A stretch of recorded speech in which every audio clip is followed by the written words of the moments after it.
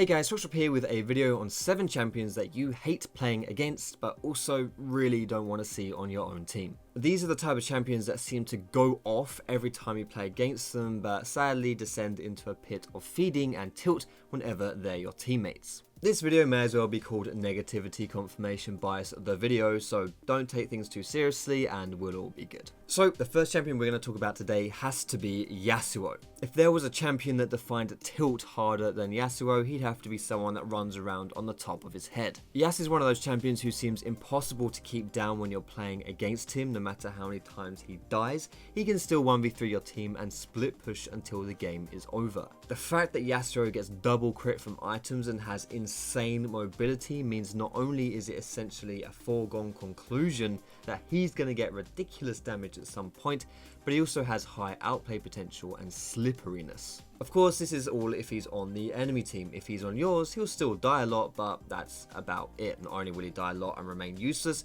but he'll never learn his lesson and he won't stop flaming you.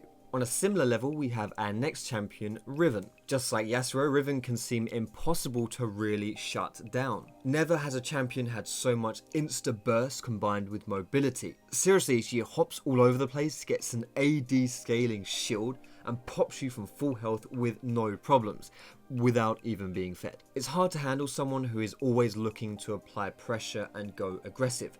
Of course, that is until they're on your team and they choose to go aggro 24/7 without actually being able to kill anyone. They think they're box stuck in elo hell. It's like they're a satellite stuck in orbit around aggression. The Riven on your team understands the reality that her allies are a bunch of scrubs that needs carrying, so they have to continually make the big plays and go hard or they're just gonna lose. When their plays don't work out, it's because their team sucks too much. You should be taking Dragon despite everyone being in spawn. You should be able to dive bot despite no one being low enough to do so. They're always being useful and their deaths are always worth. It's just their poor teammates can't exploit it. They'll get a 1v1 kill on the enemy AD carry who unwittingly face check the Riven, and this will be the kindling that fuels the everlasting "I'm outplaying the enemy team but my own team can't handle themselves" fire. Next, a small, brainy, irritating little rapscallion, Heimerdinger. Maybe a bit of an odd choice, partially because, well, you very rarely ever see him. To me, Heimer is one of those champions who is so unique and just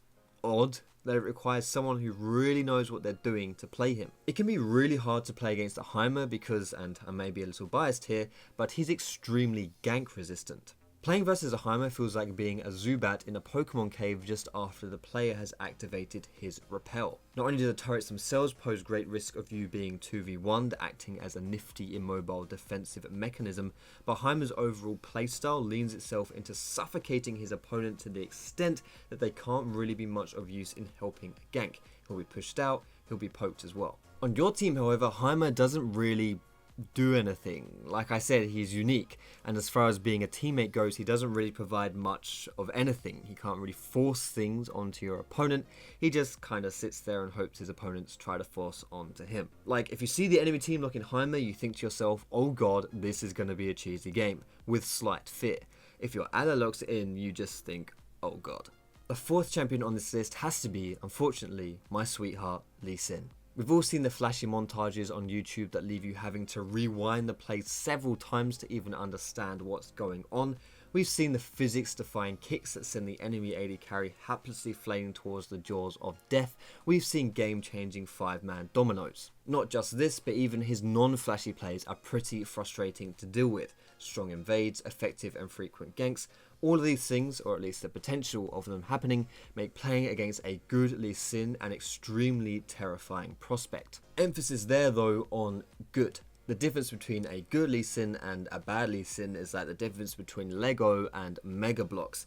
Yeah, they might look the same and your mum may not be able to tell the difference, but the stinging disappointment from receiving the latter when you want the former is something you'll not soon forget. Coming up now, we have a really obvious one, someone who always comes up in discussions like this, Shaco, if you pronounce it like I pronounce it, or Shaco if you're wrong. I think this tricky scallywag is a mix between the definitions of Heimer and Riven. He's unique and weird to the extent that you don't really know how he works. He's a bit cheesy but somehow still manages to get stuff done. And he's mindlessly aggressive, making you think he's lacking a brain. Enemy Shacos are ganking and invading 24/7, have crazy damage and an invisibility to both sneak up on you and sneak away. Allied Shacos are always underleveled, never gank, deal next to no damage, don't know how to use their ult and become useless after 10 minutes. Of course, there's absolutely no exaggeration in that statement, it's just literally how it goes every single time. But at least you can take some solace in knowing that even if an enemy Shaco destroys you and your team, he's probably flamed the crap out of his teammates and will get banned soon. That's how it goes for EU Shaco mains, at least. Our penultimate hate to see on any team champion is Nasus, with a shout out to the old Devourer junglers. Devourer junglers are extinct as of patch 6.9, but the frustrations of playing with those live on a little in Nasus. Champions who don't really contribute much in the early game and therefore who make it feel like you're playing a 4v5, caring only about farming and jumping into the play at a time that's often too late or really just never jumping in at all. This was worse when it was the junglers because that's such an important role that can influence all lanes. But Nasus still has an element of that where he really doesn't want to leave his lane till he gets a wholly unnecessary amount of stacks. Like, he could get enough stacks to be useful and to contribute to the game, but he won't be satisfied until he has even more. Nasus players are definitely stack addicts, it will never be enough. Of course, an enemy Nasus is someone who seems to be somewhat of an inevitable ticking time bomb.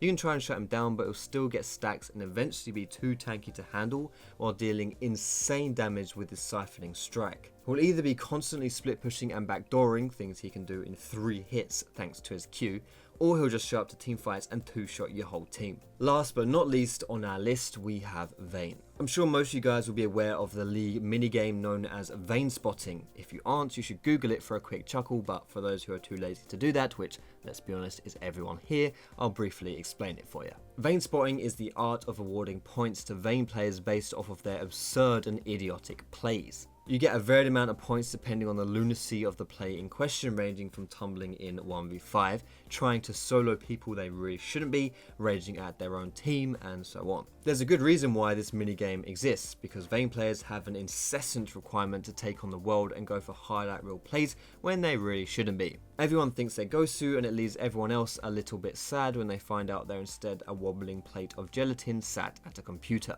If you've watched my stream, you'd see that's a pretty accurate description of my Vayne performances as well. However, sometimes you find that legit Vayne player who actually understands the limitations and is able to make the crazy plays. They go even in lane, get 2 kills in the mid game and suddenly start 3-shotting everyone and hard carrying. Only problem here is of course that they're always an enemy and never a teammate. But anyway, that's all I want to say for this list, guys. This was only just a bit of fun. Please don't take it seriously. Please don't rage at me, though I know there's going to be some angry comments down below. People who haven't watched this far into the video, even though I did give a disclaimer at the beginning of the video, people will take this way too bloody seriously. I'm already preparing myself for the flame war. If you did like this video, though, feel free to give it a thumbs up. You can subscribe to me for more educational league content with a bit of dumb stuff on the side like this. You can find me on Facebook, on Twitter, and catch me streaming over at twitch.tv/Foxdrop. All of those links are down below in the description, guys. But most importantly, thank you so much for watching. Have a great day, and I will see you in my next video.